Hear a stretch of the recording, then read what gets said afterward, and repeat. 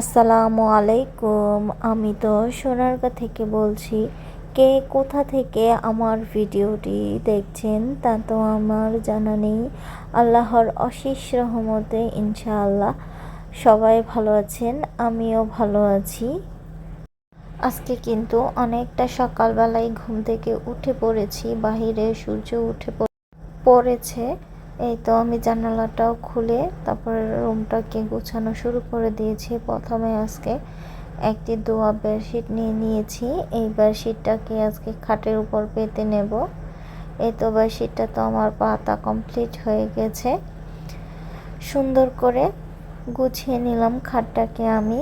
এবার আমি আমার দেওয়াল শোকেসটাকেও পরিষ্কার করব। অনেকটা ময়লা পড়ে আছে, প্রায় আজকে ঈদের 3 দিন হয়ে গেল, এগুলো আর মোছা হচ্ছে না।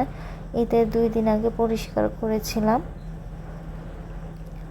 এই তো টিস্যুটা কিন্তু একদমই কালো হয়ে গিয়েছিল আমি এই জায়গাটুক মোছার পরে।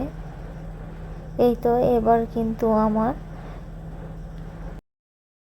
শখের ড্রেসিং টেবিলটাকেও আমি ভালো মতো গ্লাসটাকে পরিষ্কার করে নিতেছিলাম। শখের ড্রেসিং টেবিলটা কিন্তু আমার 2 জায়গায় ক্ষত হয়ে গেছে। কোন কোন জায়গায় ক্ষত হয়েছে তোমাদের নিশ্চয়ই দেখাবো ইনশাআল্লাহ। এটাকেও সারিয়ে নেব। এই তো আয়নাটা কিন্তু ভালো মতো পরিষ্কার করে নিয়েছি, যেহেতু আমার ছোট বাচ্চা আছে তার জন্য কিন্তু ওরা একদমই নিচের গ্লাসটাকে একদমই নষ্ট করে ফেলে। এই তো এদিকে কিন্তু আমি ভালো করে এই তো নিচটাকেও মুছে মুছে তারপর পরিষ্কার করে নিয়েছি।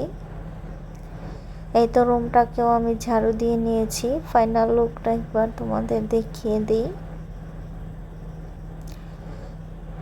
সবাই মাশাআল্লাহ বলে দিবে। আমার সংসারে যাতে কারো নজর না লাগে। এই তো ওয়াল ক্যাবিনেটটা মানে দেওয়াল শোকেসটাকেও পরিষ্কার করে তারপরে কিন্তু বাহিরে চলে এসে পড়েছি। মাংস খেতে আর ভালো লাগছিল না।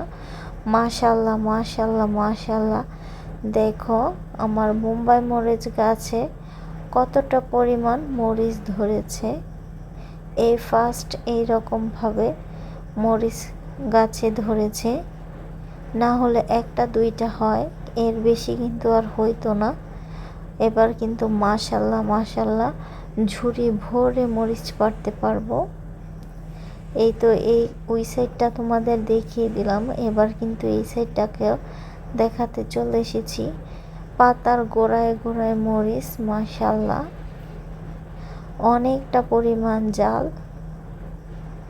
সবাই কিন্তু মাশাআল্লাহ বলে দিবে।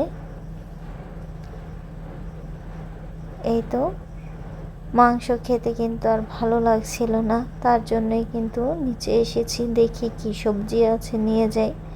এই তো পুঁই শাকটাও কিন্তু মাচায় উঠে গেছে, নিচের দিক দিয়ে একদমই ঝুলে গিয়েছিল। এগুলাকেও ঠিক করতে হবে। আমার কাছে যেহেতু মাংস খেতে ভালো লাগছিল না, তার জন্য কিন্তু আমার এই তো এই জায়গায় কিন্তু এই তো কালো কচুগুলো আমি লাগিয়েছিলাম। এই জায়গায় কিন্তু মাশাআল্লাহ অনেকটা বড় বড় পরিমাণ লতি হয়েছে। এই তো দেখো আমি কিন্তু আরও আগে 2 দিন উঠিয়ে খেয়েছি। মাশাআল্লাহ যেহেতু আমাদের 2-3 জনের রান্না বান্না হয়, তার জন্য কিন্তু অল্প কিছু লতি দিয়েই কিন্তু আমাদের একবেলা চলে যায়। চলো একটু লতিগুলা সুন্দর করে একটা একটা করে উঠিয়ে তারপর কিন্তু দুপুরের জন্য রান্না করব কেটে ভালো মতো। এই তো এই কচুগুলো কিন্তু আমি একটা কচু লাগিয়েছিলাম, মাশাআল্লাহ অনেকটা পরিমাণ কচু বৃদ্ধি পেয়েছে। ভিডিওটা দেখতে দেখতে পর্যন্ত যদি কেউ চলে এসে থাকো, প্লিজ একটি লাইক দিয়ে দিবে। তোমাদের একটি লাইকে আমার এই ভিডিওটি আরও 10 জনের কাছে পৌঁছাবে ইনশাল্লাহ। ভিডিওটি যদি আরও বেশি ভালো লেগে থাকে তাহলে চ্যানেলটিকে সাবস্ক্রাইব করে বেল নোটিফিকেশনটা অন করে রাখতে পারো, তাহলে আমি ভিডিও ছাড়ার সঙ্গে সঙ্গেই কিন্তু তোমাদের কাছে পৌঁছে যাবে। তোমাদের সময় মতো তোমরা নিশ্চয়ই দেখে নিতে পারবে ইনশাল্লাহ। এইবারকার কোরবানির ঈদে কিন্তু আমার অনেকটা পরিমাণ ক্ষতি হয়ে গেছে, প্রায় 20-30 কেজির মতো ঢেঁড়স আর কি বাড়তি হয়ে গেছে, বিক্রি করতে পারিনি যেহেতু ঈদের ঝামেলা ছিল। ঈদের 2 দিন আগে পারা হয়েছিল, আর খেতে যাওয়া হয়নি। 3 দিনের মাথায় গিয়ে দেখি মাথায় হাত। কোরবানির ঈদে মাংস খেয়ে কিন্তু আর সবজির কথা মনেই ছিল না। এই তো মাশাল্লাহ আমাদের গাছের মিষ্টি মিষ্টি কাঁঠাল। এই জায়গায় কিন্তু আমাদের 4টা কাঁঠাল গাছ আছে, মাশাল্লাহ 4টা গাছেই কিন্তু ভরপুর ফলন দিয়েছে। একদমই কিন্তু মাটি থেকে কাঁঠাল হয়েছে,